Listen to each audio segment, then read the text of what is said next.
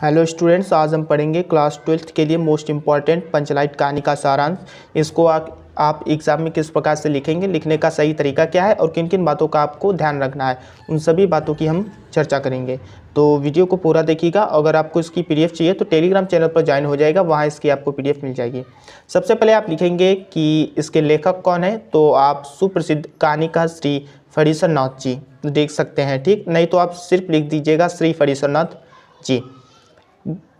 आप में से कई बच्चे क्या करते हैं कि डायरेक्ट हेडिंग डालकर सारांश लिखने लगते हैं, और जैसे आप में से 10 बच्चे हैं उनमें से 9 बच्चे डायरेक्ट हेडिंग सारांश डाली और लिखने लगे, और एक बच्चा जो था जिसने लेखक का नाम लिखा उसके बाद सारांश लिखना चालू किया, तो उसकी कॉपी आपसे अलग थोड़ी दिखेगी और उसको संभवतः आधा 1 नंबर ज़्यादा आपसे मिलेगा। तो आपको इन बातों का ध्यान रखना है कि सबसे पहले आप लिखेंगे लेखक सुप्रसिद्ध कहानीकार श्री फणीसरनाथ जी, उसके बाद आप सारांश लिखना शुरू करेंगे। अब सारांश को हमने सरल भाषा में लिखा है जिससे आपको याद करने में आसानी हो जाए। पंचलाइट रेणु जी की आंचलिक कहानी है। कहानी में एक पिछड़े गांव के परिवेश का सुंदर चित्रण प्रस्तुत किया गया है।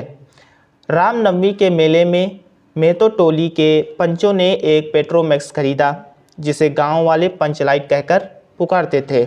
मतलब गांव में टोलियां हैं 2-3, एक राजपूत टोली, महतो टोली, ऐसे टोलियां हैं। उनमें से एक टोली एक पंचलाइट खरीदती है, लाइन 10 जिसे कहते हैं पंचलाइट पेट्रोमैक्स। ठीक है, गांव वाले उसे पंचलाइट कहकर पुकारते थे। तथा मतलब उन्होंने पंचलाइट खरीद ली तथा शेष रुपए से पूजा की सामग्री खरीदी गई। जो रुपए उससे बचे उससे पूजा का सामान खरीद लिया गया। उस टोली के सभी लोग पंचलाइट देखने के लिए आ गए। गांव में क्या होता है कि जब कोई नई चीज़ आती है तो पूरा गांव जमा इकट्ठा हो जाता है। उसी प्रकार यहाँ भी वैसा ही हुआ कि जब पंचलाइट आती है तो उस गांव की जो टोली होती है या जो लोग होते हैं वो सभी जमा हो जाते हैं, इकट्ठे हो जाते हैं। उस टोली में एक समस्या थी कि पंचलाइट को जलाएगा कौन, क्योंकि उस टोली का कोई भी व्यक्ति पंचलाइट को जलाना नहीं जानता था। जो पंचलाइट खरीद कर आती है लेकिन उसे कोई जलाना नहीं जानता था, उस गांव की जो टोली थी उस टोली के लोगों में से। ठीक है, कोई जलाना नहीं जानता था। उस टोली के लोगों ने निर्णय लिया कि इसे दूसरी टोली के लोगों से नहीं जलवाएंगे, भले ही वहीं पड़ा रहे। गांव के लोगों में क्या होता है कि लोग अगर अड़ जाएं किसी बात पे तो वो फिर अड़े ही रहते हैं। उसी प्रकार इस टोली में भी हुआ। इस टोली ने कहा कि हम दूसरी टोली से ये नहीं जलवाएंगे, चाहे ये पड़ा रहे, बेकार पड़ा रहे, इसका कुछ भी हो, लेकिन हम दूसरी टोली के लोगों से इसे नहीं जलवाएंगे। पंचलाइट न जलने के कारण सभी के चेहरे उतर गए। वहीं राजपूत टोली के लोग कहने लगे कि 10 बार उठे बैठे पंचलाइट जल जाएगी, ऐसा कहकर उनका मजाक उड़ाने लगे। आपने देखा होगा गाँवों में कि बहुत से लोग होते हैं कि मजाक उड़ाने लगते हैं कई बातें कहकर। उसी प्रकार यहाँ जो पंचलाइट लाया था जो टोली, उसके अलावा एक दूसरी जो टोली थी राजपूत टोली, उसके लोग कहने लगे कि 10 बार उठे बैठे और पंचलाइट जल जाएगी, मतलब मजाक के रूप में ऐसा कहा। ठीक है, महतो टोली ने इसे धैर्यपूर्वक सहन कर लिया। वहीं पर गुलरी काकी की बेटी मुनरी बैठी थी। वह जानती थी कि गोधन पंचलाइट जलाना जानता था। अब यहाँ पे गोधन आया है, तो ये गोधन कौन था आपको बता दें। गोधन को गांव के लोगों ने इसे गांव से बाहर निकाल दिया था। ठीक है, तो ये गोधन गांव के बाहर रहता था। इसके जो गांव के जो सरदार थे उन्होंने इनको गांव से बाहर निकाल दिया था। वो इस पंचलाइट को जलाना जानता था। सभी लोगों ने गोधन को बुलाने का निर्णय लिया। लोगों ने कहा कि गोधन को बुलवाएं और वो इस पंचलाइट को जला सकता है। तो सरदार ने छड़ीदार को भेजा, लेकिन गोधन नहीं आया। कई लोगों ने उसे बुलाने का प्रयास किया, लेकिन उसने आने से मना कर दिया।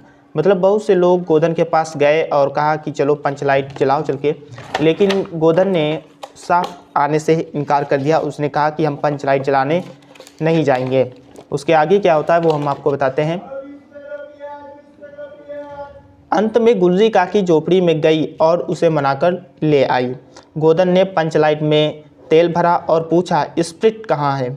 सभी लोग उदास हो गए, लेकिन गोधन ने होशियारी से गरी के तेल की सहायता से पंचलाइट जला दिया। ठीक है, पंचलाइट के जलते ही सभी के चेहरे पर प्रसन्नता आ गई। गोधन ने सबका दिल जीत लिया।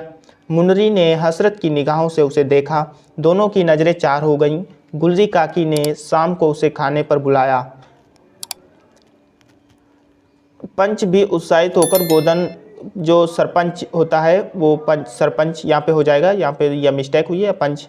सरपंच भी उत्साहित होकर गोदन को कह देता है, तुम्हारे 7 खून माफ, तुम गाओ सनीमा का गाना। 7 खून माफ का मतलब तुम पर जो भी प्रतिबंध लगे थे उन सभी को माफ़ किया जाता है, ठीक है। खूब गाओ सलीमा का गाना, ये उसने कहा। इसको आप ब्लैक पेज से लिख देंगे, आप रेड पेन का एग्ज़ाम में यूज़ नहीं करेंगे। तो ये थी आपकी जो पंचलाइट कहानी का सारांश। अगर आप चाहें तो इसका स्क्रीनशॉट ले लीजिएगा, और अगर आपको ये वीडियो अच्छी लगी हो तो आप वीडियो को लाइक ज़रूर कीजिएगा, स्क्रीनशॉट ले लीजिएगा। अगर वीडियो अच्छी लगी हो तो वीडियो को लाइक कर दीजिएगा। और क्लास 12th की और भी वीडियो हम अपलोड कर रहे हैं धीरे धीरे, आज 2-3 दिन में सभी वीडियो अपलोड हो जाएंगी। आपका जो पेपर लगा है 16 फरवरी को, इसमें आपको बहुत ज़्यादा हेल्प होगी।